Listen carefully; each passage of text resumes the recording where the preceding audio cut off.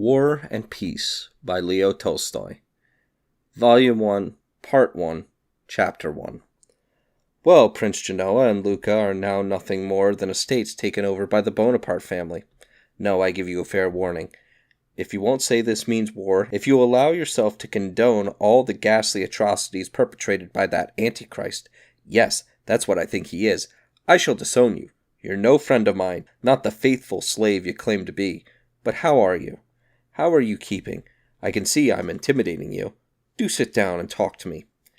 These words were spoken, in French, one evening in July 1805 by the well-known Anna Pavlovna Scherer, maid of honor and confidant of the Empress Maria Fyodorovna, as she welcomed the first person to arrive at her soirée, Prince Vasily Korygin, a man of high rank and influence. Anna Pavlovna had had a cough for the last few days, and she called it la grippe, grippe being a new word not yet in common currency.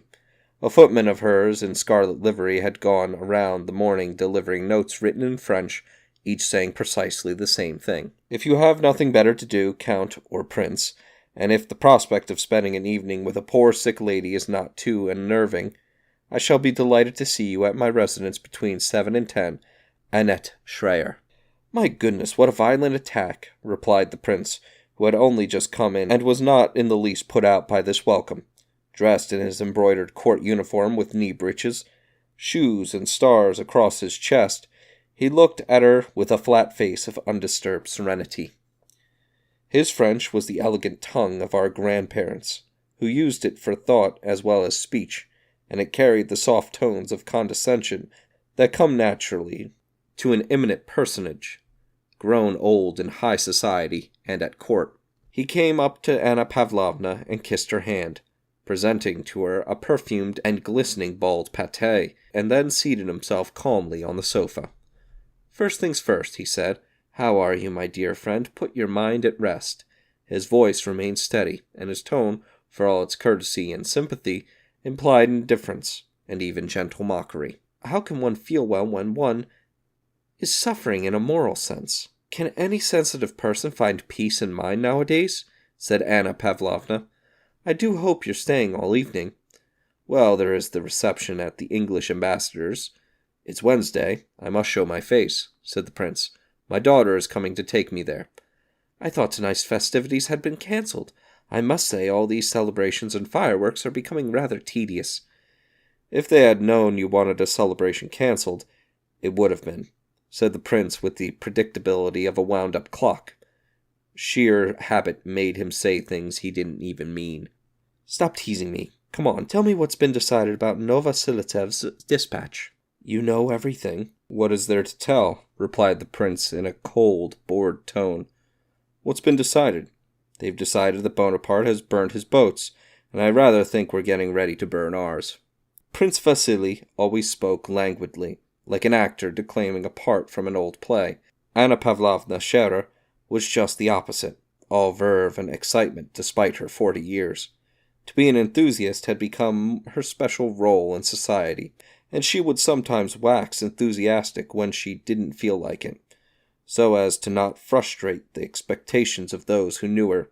The discreet smile that never left her face, though it clashed with her faded looks, gave her the appearance of a spoilt child, with a charming defect that she was well aware of, though she neither wished nor felt able to correct it, nor even thought it necessary to do so. Then suddenly, in the middle of this political discussion, Anna Pavlovna launched forth in great excitement. Oh, don't talk to me about Austria. Perhaps it's all beyond me, but Austria has never wanted war, and she still doesn't want war. She's betraying us. Russia alone must be Europe's savior.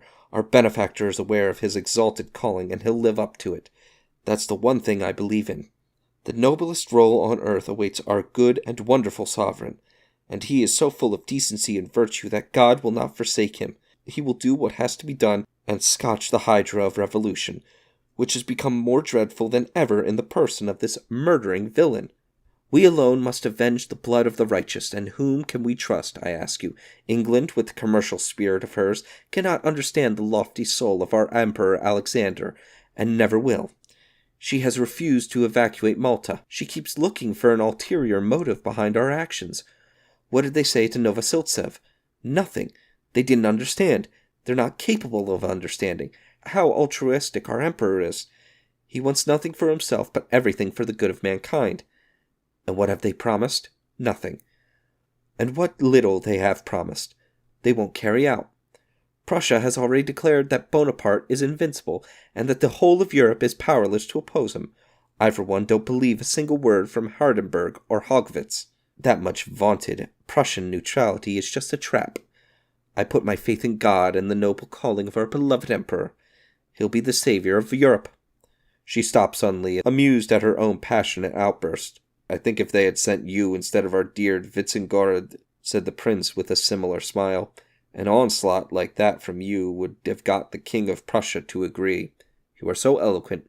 May I have some tea? Yes, of course. By the way, she added, calming down, there are two very interesting men coming here tonight. The Vicomte de Marmont, a Montmorency through the Rohan line, one of the best French families. He's the right kind of émigré, one of the genuine ones. And the Abbé Morillo, such a profound thinker. Do you know him? He's been received by the emperor. Have you heard?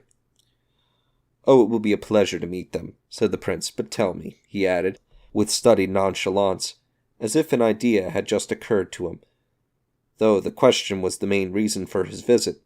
Is it true that the Dowager Empress wants Baron Funk to become first secretary in Vienna? They do say he's a miserable creature, that baron.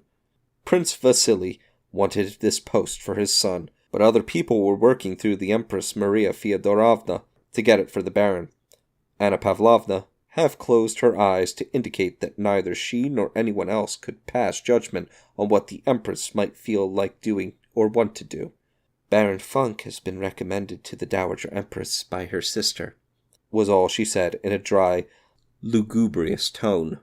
As she pronounced the name of the Empress, Anna Pavlovna's face took on an expression of profound and sincere devotion, mixed with respect and tingled with sadness, which invariably came upon her when she had occasion to mention her exalted patroness. She said that Her Majesty had been gracious enough to show Baron Funk great respect, at which her face once again dissolved into sadness. The prince said nothing and showed no feeling. Anna Pavlovna, with all the sensitivity and quick thinking of both a courtier and a woman, decided to rebuke the prince for daring to refer in such a way to a person recommended to the Empress, and at the same time to console him. But on that subject of your family, she said, do you realize how much your daughter has delighted everyone in society since she came out? They say she's as beautiful as the day is long. The prince bowed as a remark of his gratitude and respect. I often think, Anna Pavlovna resumed after a short pause, edging closer to the prince and smiling sweetly to indicate that the political and social conversation was now at an end, and personal conversation was in order. I often think that the good fortune in life is sometimes distributed most unfairly. Why has fate given you two such splendid children? I don't include Anatoly, your youngest. I don't like him. She commented in a peremptory tone and with raised eyebrows. Such charming children. I must say you seem to appreciate them less than anyone. You really don't deserve them. And she smiled her exuberant smile. What can I do? Lavater would have said that I have no paternity bump, said the prince. Oh, do stop joking. I wanted a serious talk with you. Listen, I'm not pleased with your younger son, just between ourselves. Her face went all gloomy again. His name has been mentioned in Her Majesty's presence, and the people are feeling sorry for you. The prince said nothing, while she gave him a knowing look, waiting in silence for his reply. Prince Vasily frowned. What can I do? He said at last. You know I've done everything a father could do to bring them up well, and they have both turned to be idiots. At least Hippolyte's a fool on the quiet, Anatoly's the rowdy one. That's the only difference between them, he said with an unusually awkward and forced smile, which gave a sharp twist to the lines round his mouth, making it surprisingly ugly and coarse. Why do men like you have children? If you weren't a father, I could find no fault with you, said Anna Pavlovna, looking up pensively. I'm your faithful slave. I wouldn't admit it to anyone else, but my children are the bane of my life. They're the cross I have to bear. That's how I explain it to myself. What would you? He broke off with a gesture that signaled his resignation to a cruel fate. Anna Pavlovna thought things over. That prodigal son of yours, Anatoly, haven't you thought of marrying him off? They do say," she went on, "that old maids have a mania for matchmaking. So far I've never been conscious of this failing in myself, but I do have a certain little person in my mind, someone who is very unhappy with her father, a relative of ours, the young Princess Bolkonsky." Prince Vasily made no reply, but being quick on the uptake and good at remembering things, qualities that came naturally to the denizens of high society, he gave a slight nod to show that he had noted her comment and was considering it. "No, listen, do you realize that that boy's costing me 40,000 rubles a year?" he said, obviously unable to check the dismal drift of his thinking. He paused. "What will it be in 5 years' time if he carries on like this? You see what the benefits of fatherhood are? This princess of yours. Is she rich?" "Her father's a very rich man and a miser. He lives out in the country. You know Prince Bolkonsky. He's very well known. He retired under the late emperor. They used to call him the King of Prussia. He's a very clever man, but he's a crank, not easy to get on with. Poor little thing, she's as miserable as any girl could be. It was her brother who married Liza Manin not too long ago. He was one of Kutuzov's adjutants. He's coming here tonight." "Listen, my dear Annette," said the prince, suddenly taking his companion's hand and pressing it downwards for reasons best known to himself. "You set this up for me, and I'll serve you like a faithful slave forever. Or slave, with an F, as my village elder puts it when he writes to me. She's a girl from a good family, and she's rich. That's all I need." And with the freedom, familiarity, and sheer style that were his hallmark, he took hold of the maid of honor's hand, kissed it, and gave it a little shake, easing back into his armchair and looking away from her. "Wait a minute," said Anna Pavlovna, thinking things over. "I'll have a little talk with Lise, young Bolkonsky's wife. This very evening. Perhaps something can be arranged. I'll use your family to start learning the old maid's trade." Chapter 2. Anna Pavlovna's drawing-room was steadily filling up. All the important people in St. Petersburg society was there, varying enormously in age and character for all their shared social background. Prince Vasily's daughter, the beautiful Helena, had just arrived to take him on the ambassador's reception. She was wearing a ball gown enhanced by a maid of honor's monogram. The young Princess Bolkonsky, a slip of a girl known as the most seductive woman in Petersburg, was there too, married the previous winter. She no longer appeared at large occasions because she was pregnant, but she did still attend small soirees. Prince Vasily's son, Prince Hippolyte, arrived with Prince Motama and introduced him. Also present were the Abbé Morio and many other people. Anna Pavlovna was welcoming her guests as they arrived with, "Have you met my aunt?" or "I don't think you know my aunt," before steering them with great solemnity towards a little old lady with big bows in her hair, who had come sailing in from the next room as soon as the guests had begun to arrive. Anna Pavlovna would announce them by name, slowly transferring her gaze from guest to aunt, and then move on. All the guests went through the motions of greeting this aunt, who was unknown, uninteresting, and unneeded by anyone. Anna Pavlovna observed their greetings with sadness and solemn sympathy, a picture of silent approval. The lady known as my aunt spoke in the same way to every new arrival, commenting on their health, her own health, and the health of Her Majesty, who was by now, thank God, feeling better. All those who approached were polite enough to refrain from showing undue haste, but once this erroneous duty had been fulfilled, they walked away from the old lady with a sense of relief, and never went near her again all evening. Young Princess Bolkonsky had brought some work with her in a gold-embroidered velvet bag. Her pretty little upper lip, slightly shadowed with down, barely covered her teeth, but that made it all the prettier when it rose up, and lovelier still when it curled down to meet the lower lip. As tends to happen with the best-looking women, a defect, in this case a short lip and a half-open mouth, come out as a distinctive and beautiful feature. Everyone enjoyed the sight of this pretty little mother-to-be, brimming with health and vitality, and making light of her occasion. After a few minutes in her company, and the exchange of a word or two, old men and bored, morose young men felt as if they themselves were becoming like her. Anyone who talked to her watching her as every word she spoke revealed that bright little smile and the constant gleam of those dazzling white teeth, walked away feeling full of bonhomie. Everybody did. The little princess waddled slightly as she tripped rapidly around the table, holding her tiny work-bag. Then she cheerfully smoothed down her dress and sat on a sofa near the silver samovar. Everything she did seemed like a treat for herself and everyone around her. "I've brought my work," she said in French, opening her reticule and addressing all the company.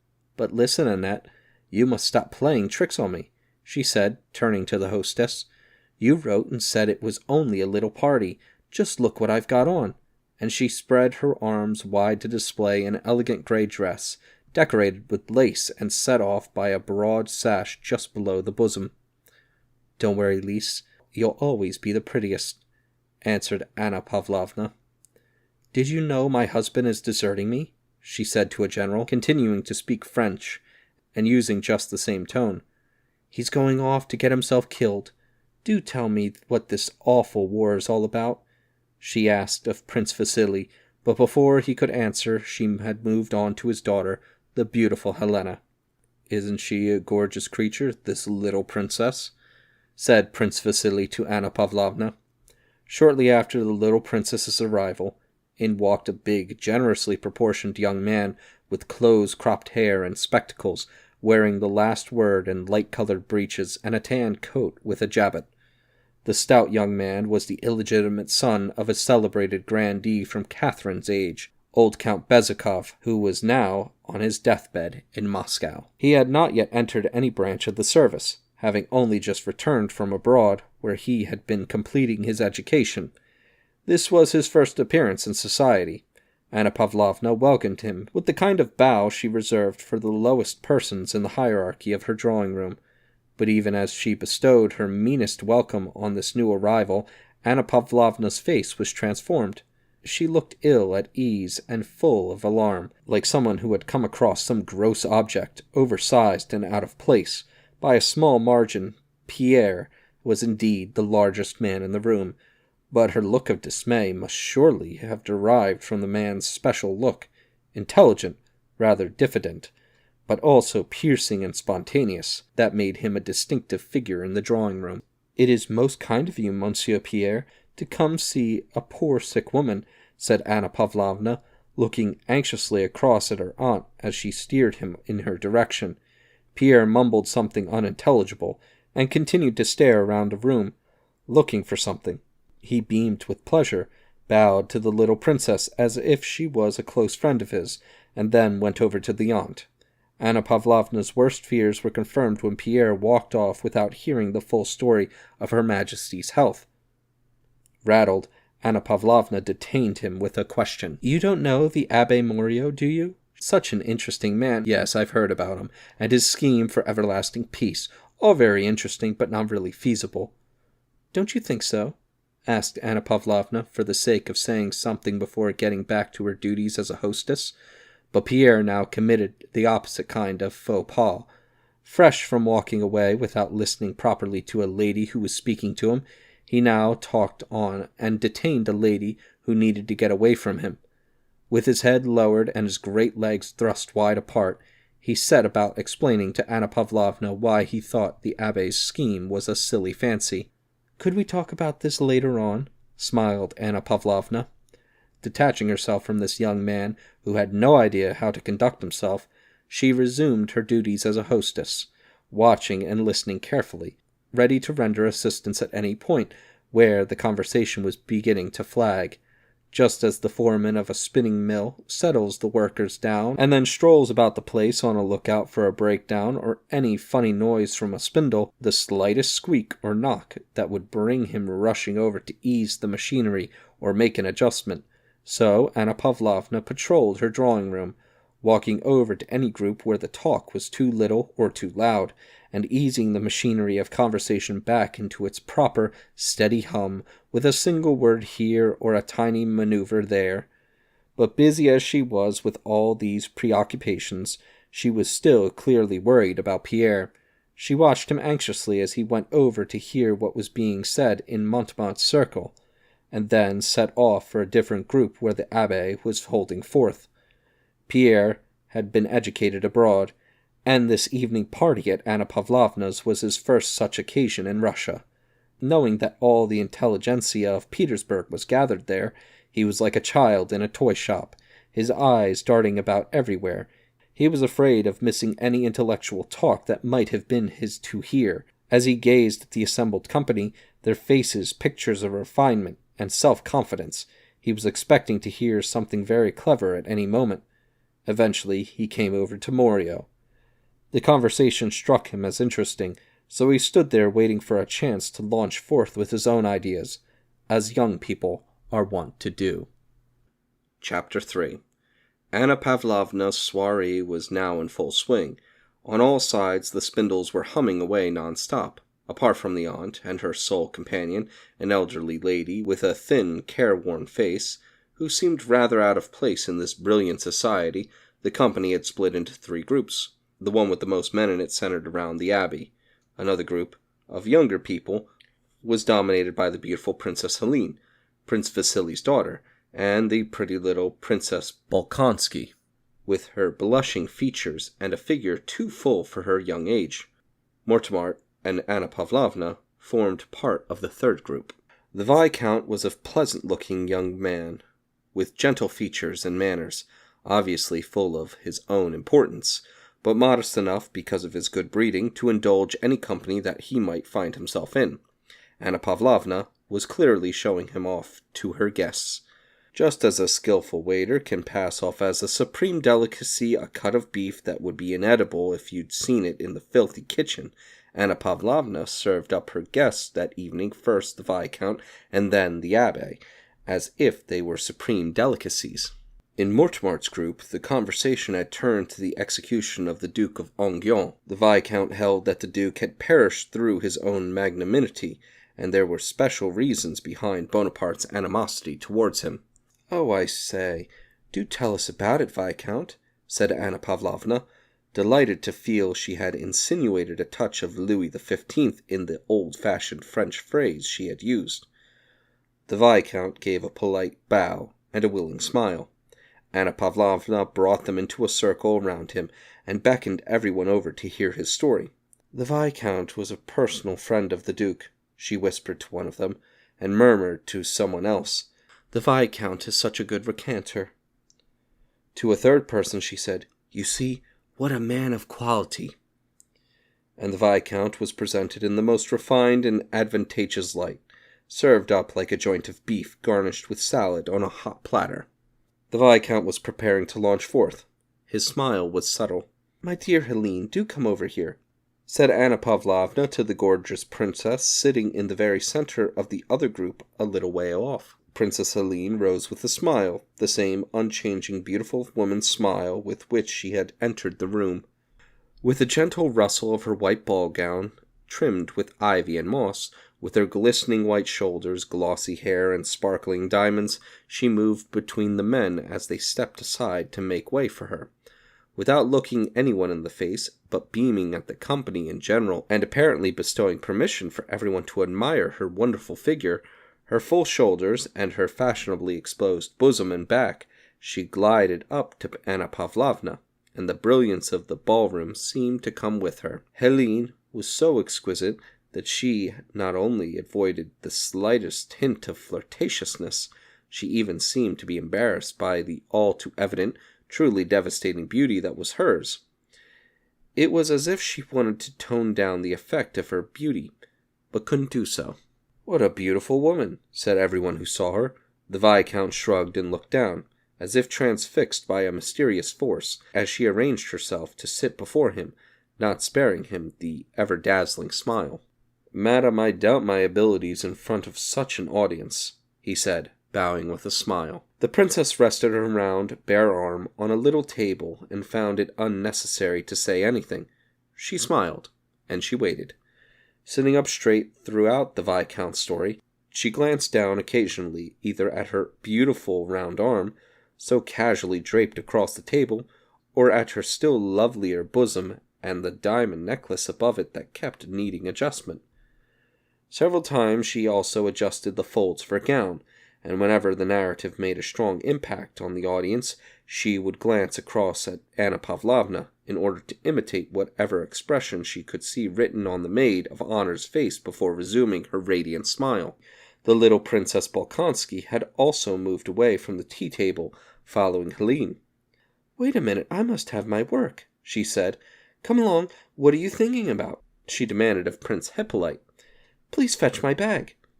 With a smile and a word for everyone, the little princess got the whole group to rearrange itself, and then sat down and settled her skirts. "Now I'm all right," she insisted, and took up her work, inviting the Viscount to begin. Prince Hippolyte brought her little bag, walked round behind her, moved up a chair, and sat down beside her. The charming Hippolyte bore a close resemblance to his beautiful sister.